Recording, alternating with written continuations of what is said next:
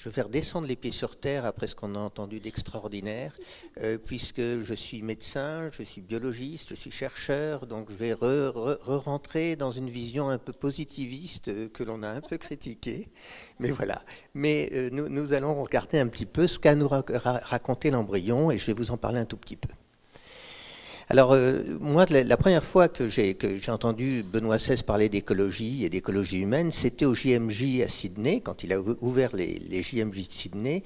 Et pour résumer les choses de manière très simple, l'écologie, c'est le respect de la nature. Et le respect de la nature, c'est l'homme. C'est vraiment tout simple. Et pourtant, ça veut dire que ce qui est à respecter en premier, c'est l'homme. Bien sûr, l'homme, lui, il a respecté la nature puisqu'il fait partie de cette nature et que s'il la détruit, il s'autodétruit finalement. Donc il y a vraiment, nous sommes dans un système, il faut le respecter. Alors il faut respecter donc l'écologie humaine, c'est le respect de l'homme social et le respect de chaque personne humaine et de chaque homme. Et je pense que cet homme social, ça a été, on a le pape François qui est vraiment un exemple extraordinaire de ce que l'on peut faire avec, autour de ce thème. Et je vais commencer par une toute petite question. Qu'est-ce que l'homme? C'est pas une petite question, on peut en discuter pas mal d'heures, mais on peut en parler quand même. Alors la définition de l'homme, on ne peut pas le réduire ni à ses capacités, ni même à sa biologie, parce que les capacités des hommes, nous le savons, sont très variables. Le génome, ce qui nous fait un peu notre définition, le code génétique et l'épigénétique, eh bien c'est aussi très variable. Et entre hommes, on a quand même 2% de variabilité, alors qu'avec nos cousins, enfin le terme est peut-être un peu proche, nos cousins chimpanzés, on a 5% de variabilité. Et donc entre hommes, on a 2% de variabilité, donc on a quand même des différences. Et on peut avoir même d'autres variations importantes, comme par exemple dans le cadre de la trisomie 21, où il y a carrément un chromosome en plus, donc c'est pas négligeable. Donc c'est pas par exemple le nombre de chromosomes qui va définir un homme. En fait, la seule définition, mais qui est très robuste finalement et qui est assez simple, c'est que l'homme, c'est un fils d'homme. Et si vous prenez cette définition toute simple, vous verrez que même sur le plan de la biologie, elle résiste de manière très forte et c'est important de savoir qui nous sommes. Voilà, ça garde entier le mystère de notre origine, parce que justement, si l'homme est un fils d'homme, comment sont apparus nos premiers parents, ça reste encore un mystère. Alors, comment l'homme commence-t-il? Et c'est là-dessus que nous allons nous arrêter un peu. Et dès la fécondation, eh bien, les caractéristiques d'un homme sont inscrites dans son ADN. Et dans son ADN, il y a plein de choses inscrites quand même. Il y a son sexe, bien sûr, sa taille, la couleur de sa peau, de ses cheveux, de ses yeux, sa sensibilité à certaines maladies, et même combien d'années il va vivre. S'il meurt bien sûr d'un accident de voiture dans un système accidentel, non. S'il a une maladie, s'il meurt d'une maladie, non.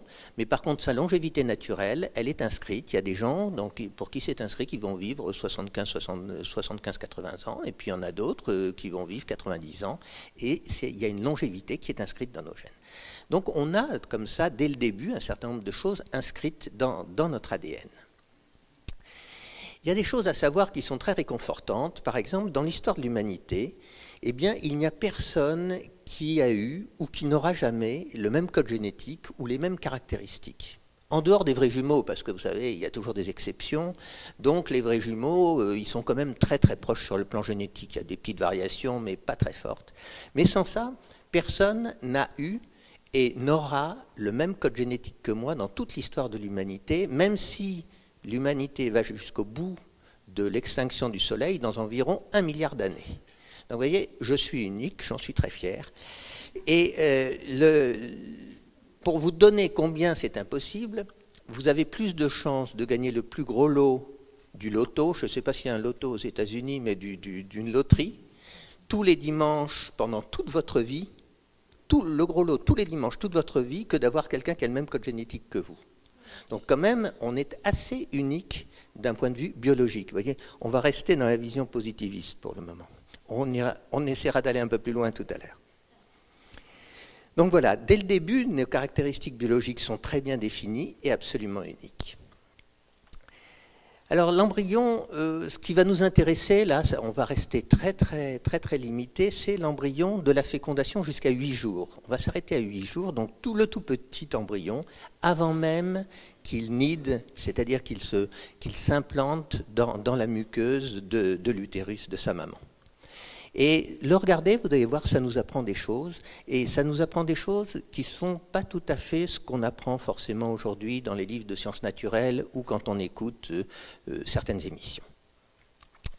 Alors au début, les premières 24 heures, après la fécondation, on a un petit embryon qui s'appelle un zygote, c'est son nom, et on le voit là, je ne sais pas si vous voyez bien, mais on voit qu'il a on voit très bien les deux noyaux, là, au milieu, le noyau du papa, de la cellule du papa, du spermatozoïde, et le noyau de la maman. Donc ça, c'est au début, pendant les 24 premières heures.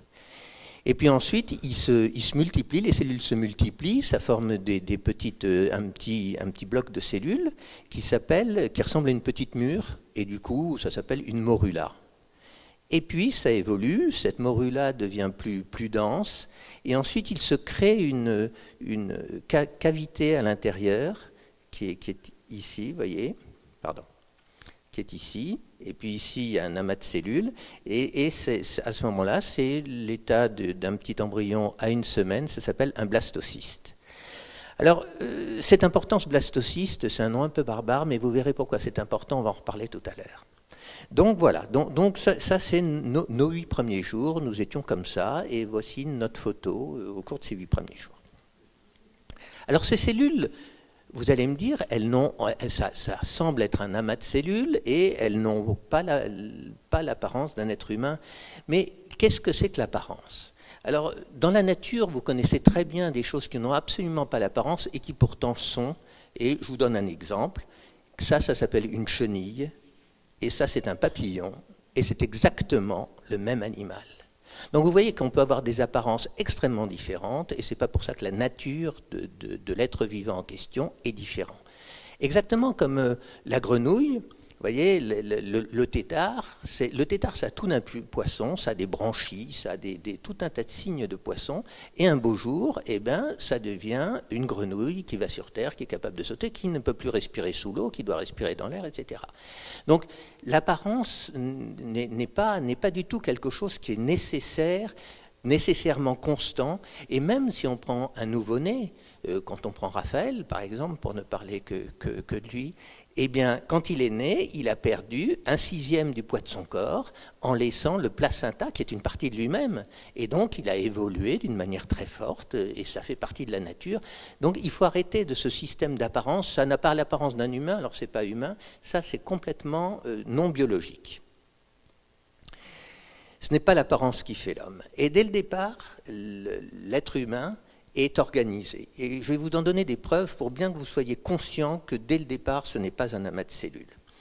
D'abord, le lieu de pénétration du spermatozoïde dans l'ovocyte, donc au moment de la fécondation, eh bien, ça définit l'axe de l'embryon. Qu'est-ce que ça veut dire ? Ça veut dire que les cellules qui sont situées sous l'endroit où le spermatozoïde a pénétré sont différentes des cellules d'ailleurs, puisque justement l'axe, ça définit l'axe, donc il a bien fallu que les cellules qui sont là soient marquées. Donc même si la morula, on a l'impression que c'est un amas de cellules, eh bien il y a des cellules qui sont marquées de manière différente les unes des autres.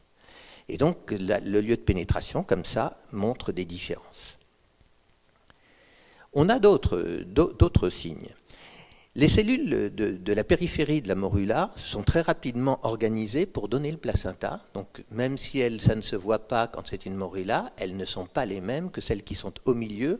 Et dans une morula de 64 cellules, donc en fin de morula, eh bien, il n'y a que 13 cellules qui vont donner l'embryon, qui sont au milieu. Tout le reste, ça va donner le placenta. Ce qui est assez normal parce qu'au tout début, l'enfant, il a d'abord besoin de se ravitailler. Donc il faut d'abord qu'il forme le système de ravitaillement, qui est le placenta, qui va permettre les échanges avec la mère. Et c'est que secondairement que lui-même va s'organiser de manière forte. Alors, au début du zygote, le zygote se divise et ça donne 1, 2, 4, 8, 16, etc. cellules. Et toutes ces divisions sont synchrones. 1, 2, 4. Alors 1, ça c'est logique que ce soit synchrone, mais 2 aussi d'ailleurs, 4, 6, 8, etc. Sauf à un moment, ça passe par 3. C'est-à-dire ça fait 2 cellules, puis ça passe à un stade 3 cellules, puis ensuite c'est tout synchrone de nouveau.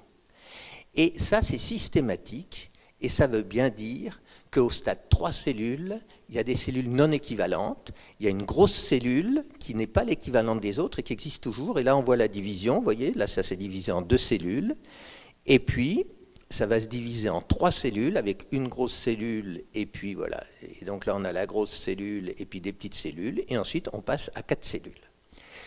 Ce qui veut bien dire que ces cellules ne sont pas équivalentes, qu'elles ont chacune un rôle, et d'ailleurs on sait aujourd'hui qu'elles ont un rôle, puisque la grosse cellule, c'est celle qui va donner les cellules du placenta de manière prioritaire, alors que les petites cellules vont donner l'embryon. Donc dès le stade 3 cellules, c'est déjà très identifié dans le devenir des cellules. Donc vous voyez, quand on parle d'amas de cellules, c'est non, c'est clairement, ce n'est pas un amas de cellules, c'est beaucoup plus organisé, c'est beaucoup plus un organisme, il n'est pas un amas de cellules.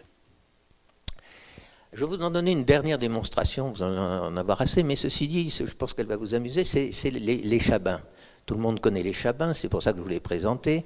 Vous prenez une morula, voyez, de chèvre et une morula de mouton, et puis vous dispersez les cellules des 2 morulas et vous les regroupez. Alors vous obtenez une grosse morula, et cette grosse morula, elle peut donner un produit et qui s'appelle un petit chabin. Donc voilà. Eh bien, pour former cette morula d'un petit chabin, il y a une réorganisation de ces cellules qui, un certain nombre disparaissent parce que ces cellules communiquent entre elles et l'une dit « moi je vais donner tel truc » et puis l'autre dit, par exemple l'une de la chèvre dit « moi je vais donner telle chose » et puis l'autre dit du mouton bah, « non, c'est moi qui donne telle chose » et donc elles communiquent et il y a ce qu'on appelle des phénomènes d'apoptose, de suicide cellulaire, si on peut appeler ça suicide, des cellules qui vont disparaître de façon à laisser la place et que les choses puissent s'organiser. Donc vous voyez bien que c'est extrêmement organisé, c'est extrêmement sophistiqué comme organisation, alors qu'à l'œil, ce n'est soi-disant qu'un amas de cellules. Alors quand même, je vais vous montrer ce que c'est qu'un petit chabin, parce que sans ça, vous allez vous dire qu'est-ce que c'est. Alors voilà un petit chabin, vous voyez. Donc c'est un mélange d'agneau et de chèvre, c'est une chimère. Et on voit sur la peau, il y a des endroits un peu plus roses, il y a des endroits un peu plus blancs, avec des endroits de peau de mouton, quand c'est des cellules de mouton, et des endroits de peau de chèvre, quand ce sont des cellules de chèvre. Voilà, donc l'embryon s'est organisé, dès le début, c'est un être vivant. Alors, c'est donc une évidence biologique que c'est un être vivant, mais il y a aussi l'évidence qu'il est humain. Et ça aussi, c'est une évidence, parce qu'il contient tout ce qu'il faut pour devenir un bébé, puis un enfant ou un adulte, et vraiment tout ce qu'il faut. Il a même souvent son propre groupe sanguin qui n'est pas forcément celui de la mère. Habituellement, il est même incompatible sur le plan de la greffe avec sa mère. Il a 1 chance sur 4 d'être compatible avec sa mère, mais 3 chances sur 4 de ne pas être compatible d'un point de vue greffe avec sa mère. Donc ça montre bien que c'est un être à part entière qui a son indépendance et que ce n'est pas du tout une portion de sa mère. Et il ne contient rien qui n'est pas humain, hein, et il ne peut pas devenir ni un éléphant, ni une drosophile. Vous voyez, la drosophile, c'est la mouche du vinaigre. Eh bien, non, il est humain. Alors, quand on entend des choses comme dire ben, c'est juste un amas de cellules, c'est d'ailleurs très drôle, il n'y a que l'embryon humain qui est un amas de cellules. Quand on parle d'embryon par exemple de crapaud, des œufs de crapaud, alors là on ne parle pas d'amas de cellules. Vous savez qu'en France, en tous les cas, si j'écrase des œufs de crapaud, eh bien, volontairement, et que c'est une race protégée, je suis passible de prison ferme. Hein, et que par contre on peut supprimer un enfant et que tout le monde, enfin un embryon et que tout le monde trouve ça tout à fait naturel. Donc vous voyez, on vit quand même dans un système qui est assez particulier sur le plan de l'éthique, sur ce plan-là. Voilà, donc c'est donc bien par définition un être humain dès le début. Alors on va quand même aller un petit peu plus loin. Alors ça c'est une lettre que j'ai reçue il y a une dizaine d'années maintenant. Maman d'une petite fille de 3 mois conçue par fécondation in vitro. Je pense sans cesse aux 8 autres embryons congelés. N'ayant pas d'autre projet parental et n'arrivant pas à me résoudre quant à leur destruction, je ne sais quelle décision prendre. Quelles sont les lois concernant ces embryons? Je souhaiterais également savoir si ces embryons suspendus dans le temps vieillissent. Ont-ils l'âge de la conception? L'équipe médicale qui nous a permis de réaliser notre souhait est absente pour toutes ces questions. Je vous remercie de votre aide. Alors, c'était une jeune maman qui avait du côté de 25-26 ans, mais qui avait épousé un homme d'environ 50-55 ans. Et donc, lui ne voulait plus avoir d'enfants, et donc elle était très ennuyée de ces 8 autres embryons congelés, puisque son mari ne voulait plus avoir d'autres enfants. Alors, je trouve que cette lettre est très explicite sur beaucoup de choses, et vous voyez que cette jeune mère se préoccupe elle ne veut pas les détruire. Je vous rappelle, ils ont à peu près 3 jours. C'est une petite morula à ce stade-là, une jeune morula. Elle ne sait pas quelle décision prendre. Alors, elle veut avoir du côté de la loi. Elle veut savoir si ces embryons suspendus dans le temps vieillissent. Elle se soucie de leur santé. Ont-ils l'âge de la conception? Qu'est-ce qui se passe? Elle appelle les médecins au secours et tout le monde lui dit, ben voilà, vous avez qu'à les détruire, c'est pas un problème, voilà. Donc c'est intéressant parce que c'est réellement une mère et elle est inquiète pour ses petits. Or ces petits, ils ont entre 3 et 8 cellules, ils sont tout petits et elle est parfaitement consciente que c'est pas n'importe quoi. Et que l'embryon soit un être humain, en fait, tout le monde le sait. Tout le monde en discute, mais tout le monde le sait. Il y a cette lettre que je viens de vous montrer. Il y a le fait qu'on parle de bébé éprouvette, alors qu'il est en éprouvette pendant 3 jours, quand on fait une fécondation in vitro. Et donc là, on parle de bébé. Et puis même, il y a une chose beaucoup plus simple, c'est les lois de bioéthique. Tout le monde papote, discute des heures carrées sur des lois de bioéthique. Mais pourquoi on discuterait des heures carrées sur un amas de cellules, si c'était tellement évident que ce n'est pas un être humain ? Si on discute des heures carrées, c'est bien parce qu'au fond des consciences, on sait pertinemment, et tous les politiques le savent au fond de leur conscience, que c'est un être humain. Sans ça, on n'aurait pas besoin de discussion. Si ce n'était pas un être humain, il n'y a même pas besoin de loi de bioéthique. Donc, sur l'embryon, en tous les cas. Donc vous voyez, on vit dans un système où on est sans arrêt à essayer de dévier les choses alors qu'elles sont évidentes.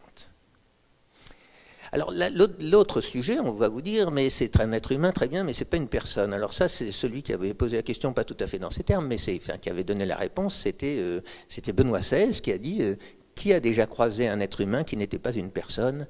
Et cette distinction entre être humain, personne potentielle, personne en devenir, en fonction du regard des autres, etc., c'est que de la sémantique. C'est des discussions intellectuelles, mais ça ne repose pas sur une réalité. Alors il y a des choses que j'accepte tout à fait. Par exemple, qu'on soit une personne en devenir, c'est évident que ce soir, je ne serai différent de ce que je suis maintenant, et je serai différent de ce que j'étais ce matin. Et tout le monde, tous, nous sommes des personnes en devenir. Bon, ça, nous évoluons, Dieu merci. Si on prenait les photos de bébés de vous tous le jour de votre naissance, et puis aujourd'hui, eh ben, c'est pas évident de pouvoir attribuer quel est ce bébé-là, c'est telle personne. Vous voyez, c'est pas. On a beaucoup évolué. Nous sommes tous en devenir. La dignité de l'homme, elle ne vient pas d'un état, de quelque chose comme ça. La dignité de l'homme, elle vient de sa nature. L'homme a une nature humaine. Alors on peut revenir vers Dieu, on en a parlé, il a été créé par Dieu, et c'est cette nature qui lui donne sa dignité. Et sa dignité, elle est totale, et on peut être zygote, embryon, fœtus, bébé, adulte ou vieillard. On a exactement la même dignité, on peut être grabataire ou non, c'est la même chose. On peut être sain ou malade, on peut être brillant ou déficient intellectuel. Tout le monde a exactement la même dignité. Alors, il y a une question là qu'on m'a posée un jour où j'étais un peu coincé, on m'a dit, oui, mais alors les jumeaux, comment comprendre les jumeaux, les vrais jumeaux? Parce que les vrais jumeaux, il y a un seul zygote, vous dites que le zygote c'est une personne, un être humain et même sans doute une personne, alors que c'est 2 personnes. Alors, comment c'est possible? Alors, la nature répond bien. La nature, c'est quand même très intéressant parce que ça donne plein de réponses.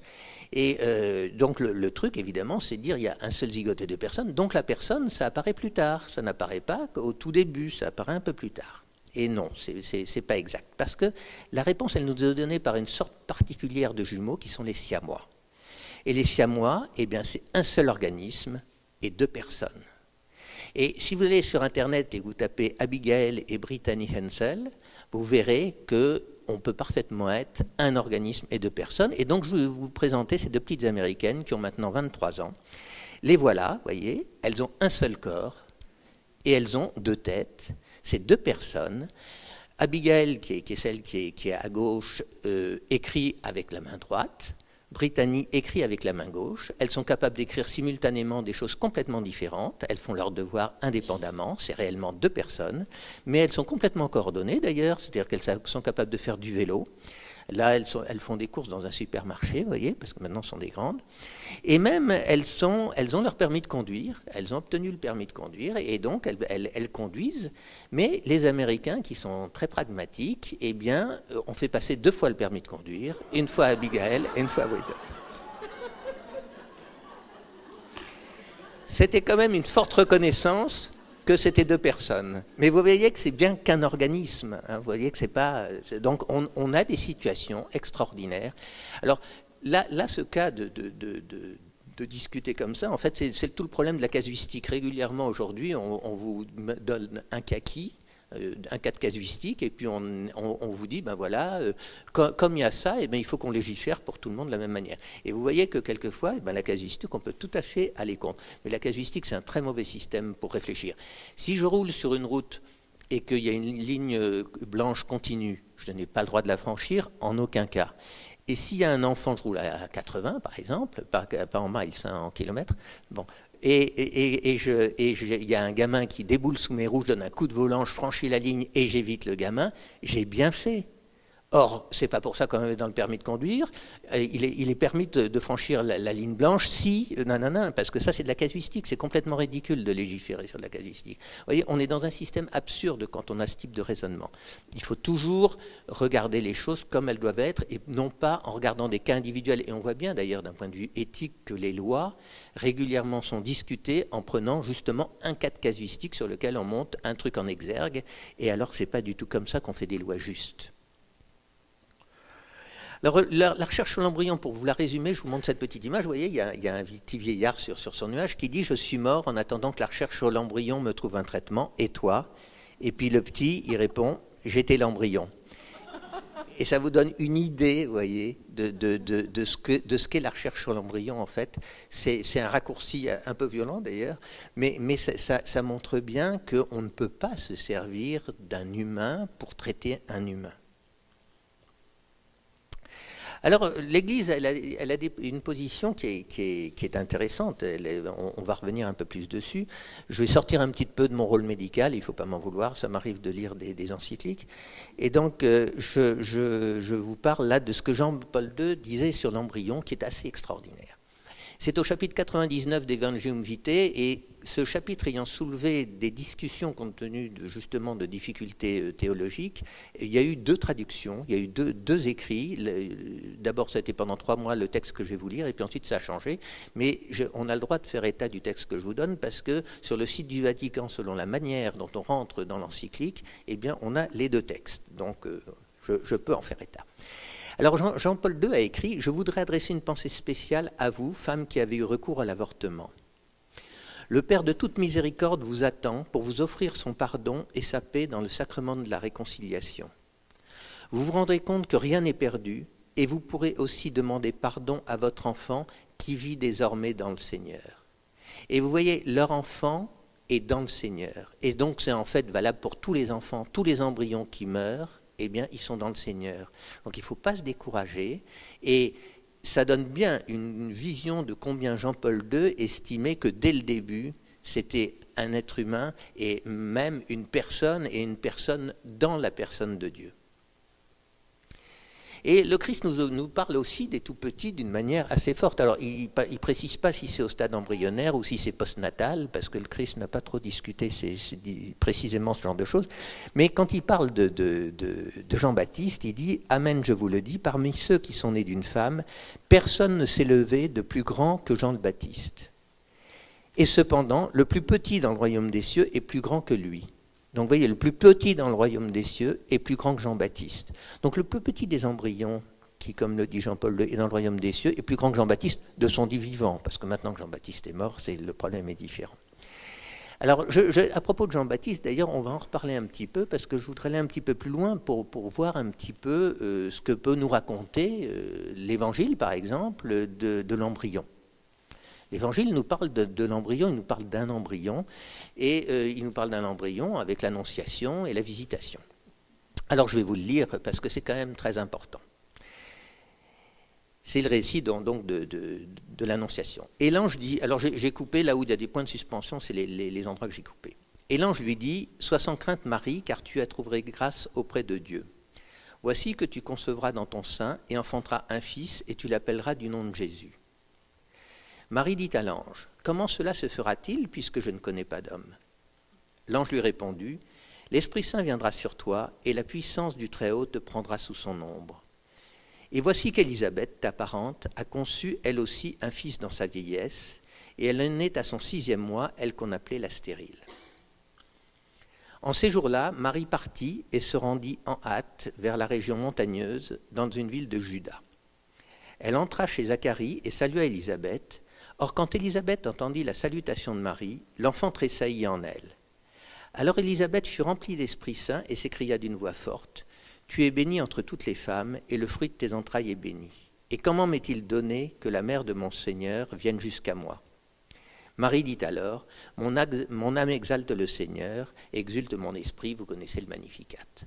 Donc voilà. Alors je voulais juste, c'est le moment où on parle de l'embryon dans l'Évangile, donc je voulais vous reprendre une analyse un peu plus médicale du sujet de l'Annonciation-Visitation, parce que c'est rarement interprété sur le plan médical, donc on va en profiter.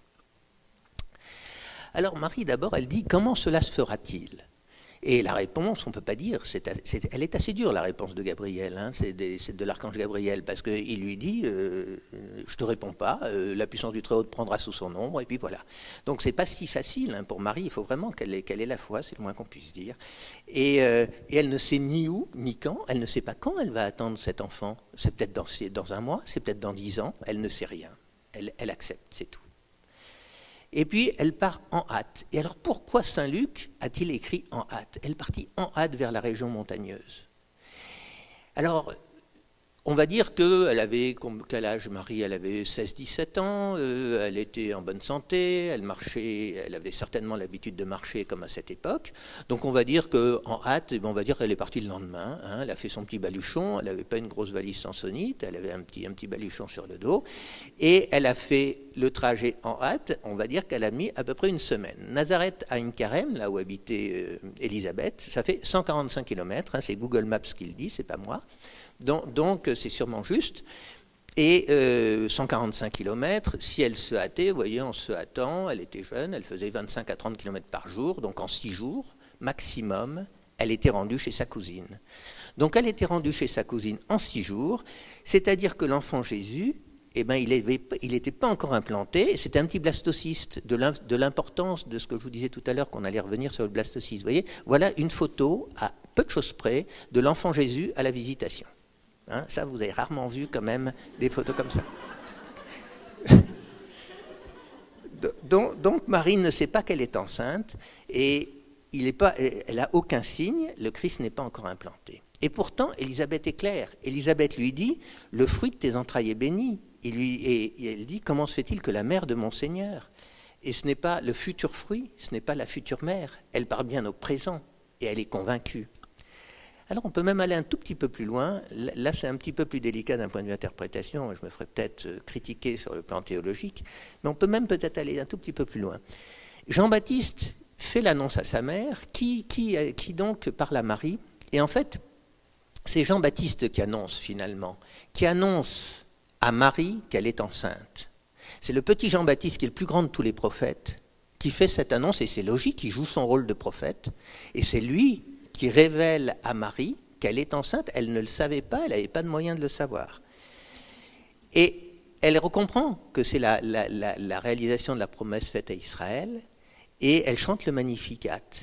Et si elle avait su à l'Annonciation qu'elle était enceinte, eh ben c'est à l'Annonciation qu'elle aurait chanté le Magnificat. Si elle le chante à ce moment-là, c'est parce que ça lui est révélé à ce moment-là par le petit Jean-Baptiste. Et là, c'est une très belle icône, vous voyez, on voit Marie à gauche et Élisabeth à droite, et on voit dans le ventre d'Élisabeth le petit Jean-Baptiste qui se prosterne devant l'enfant Jésus. C'est une icône assez extraordinaire. Voilà, donc voilà, je termine sur un petit plan pas trop médical, mais enfin, voilà une analyse de l'Annonciation-Visitation vue par un médecin. Je vous remercie beaucoup.